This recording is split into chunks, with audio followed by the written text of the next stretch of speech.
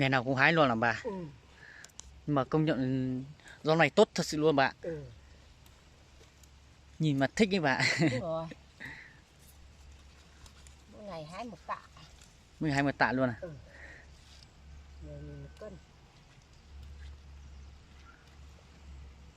Cái này nó ra nhanh nhỉ bà nhỉ? Ừ. Mình hái này xong nó lại ra Đúng ra rồi. nhanh cực kỳ luôn. Ừ, cho nân mới cho đạm vào lên. Vâng. Chứ mình không phun kích thích đâu. Vâng. Phun kích thích vào cái ngọn nó rớt nó vóng lên mà ăn không tốt. Đúng rồi bà. Không phun đâu.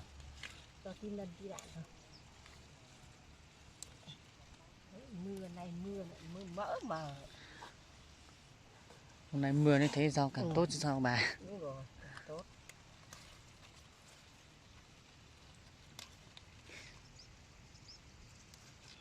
Đây nhá mọi người nhá, cho mọi người làm xem đây nhá. Đây là mình đang hái đây. Đó. Những cái nào mà dài xong là phải bớt đi, xong là nó lại ra thế nhá mọi người nhá. Đấy, thì nó lại hay đằng khác.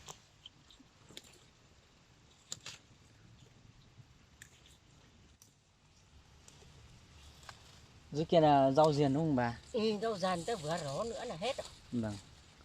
Mấy trăm mớ rồi. Nhà bà Than chị là rau thật. Ừ. Toàn rau ngon sạch đẹp này. Không phun thuốc sâu thuốc giết gì đâu nha này. Chả có thuốc sâu thuốc bọ gì đâu này. Vâng. Rau dần mùng tơi từ đầu mùa để chưa phun cái gì đâu. Tốt bài bản luôn. Đây là rau rèn của Ừ. Còn dưới là cho người dân tộc mình làm nhá. Dưới là cho ấy. Dưới là rải phân trâu. Xong bắt đầu mới gieo. Nó phải như thế thì nó mới tốt được mà. Ừ, mới lại do nữa. Do rơm. Do rơm nữa. Thế mới tốt chứ. Đó. Cho mọi người xem và hái nhá. Đấy, phải như thế này. Lấy thế này phải hái thế này ra xong là nó mới lại ra. Thêm. Đó. Đây dương lại đây. Đấy. Đấy xong như thế này nó lại thêm. Nó thêm lại thêm rất là nhanh luôn nhá mọi người nhá. Tới không có thích gì hết. Vâng.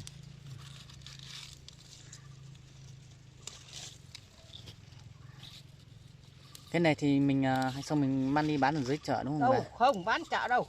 Tối nó đến nhà nó lấy đâu. À. Thế mới hái hàng tạ chi.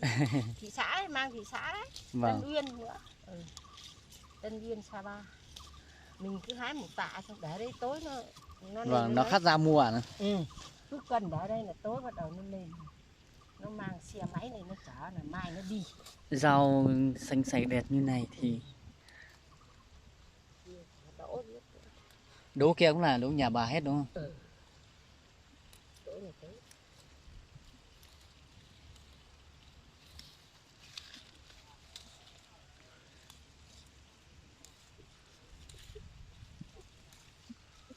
Đi quay cái này lên Facebook rồi cái não nó đi quay khắp cả nước. Thấy nhiều người xem là phết. Ừ. Cái quay này cho bà lên tivi. Ừ, cho nên tivi. Đó là cho giới thiệu rau nhà bà, trong là giới thiệu rau nhà bà cho khách ra mua. Năm nào tận gieo mà. Năm nào cũng gieo mà. Làm với đố với rau này thôi hả bà? Với rau diền nữa hả? Ừ. Gieo này xong nào cấy. Vâng. Cấy xong là sang năm lại gieo nó mới được. Chứ mình cứ dầm nó cũng không được, cũng là mùa mưa đấy. Vâng. Ôi nhìn rau này thích thật đấy bà.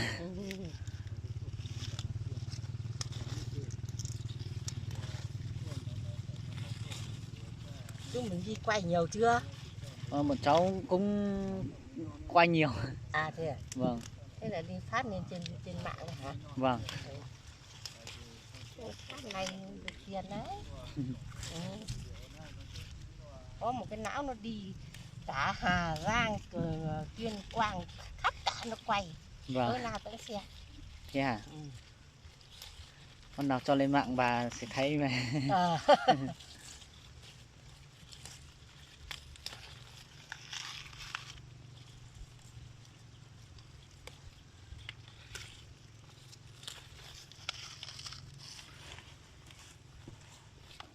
Trước thì bó mớ, giờ bó này nó bán cân. Bây giờ bó như thế bán cân hả bà? Đúng rồi, phải là như thế thì nó mới không phức tạp được. Bán cân. 10.000 một cân. 10.000 một cân. Hôm nọ thì còn được 11.000.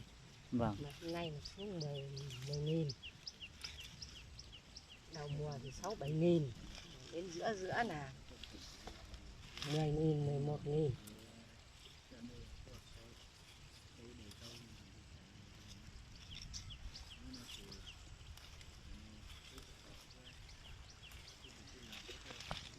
Mình nhớ bán nào đấy? Dạ. Cháu ở Khuôn Hái mà. À, Khuôn Hái à? Vâng, cháu ở bản Sông Á Cao.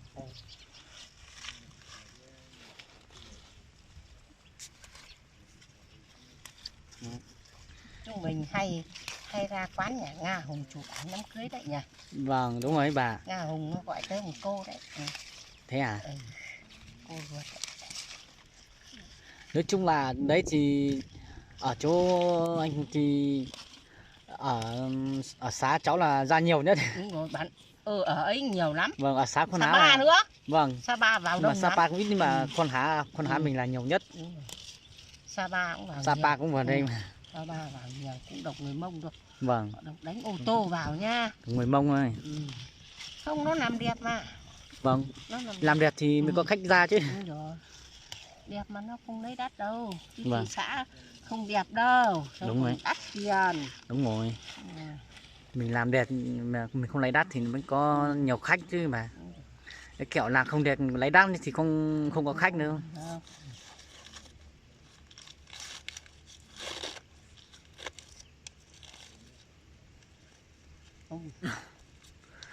Đó, thế nhà bây giờ đã được một bó rồi nhé mọi người nhá.